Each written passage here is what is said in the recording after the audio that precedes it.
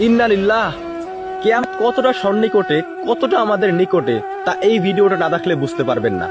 আমার স্ক্রিনের পাশে একটা ভিডিও দেখতে পাচ্ছেন, যেটা ফুরাত নদীর 2021 সালের অবস্থা। দেখুন বিল্ডিংটার চারপাশে পানি আর পানি। 2021 সালের এই অবস্থা।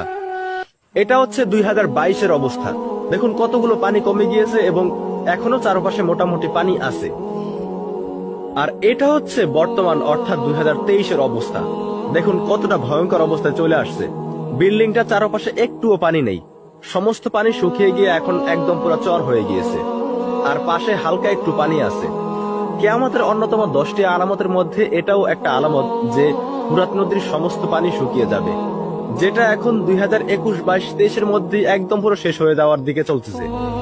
এবং কিয়ামতের ছোটখাটো আলামতের ভিতরে আরেকটা আলামত আছে, কিয়ামতের পূর্বে মুসলিমরা নির্যাতিত হবে, যেটা বর্তমানে আমরা ফিলিস্তিনে দেখতে পাচ্ছি। আমাদের মুসলিম ভাই বোনদের উপরে অত্যাচার করা হচ্ছে।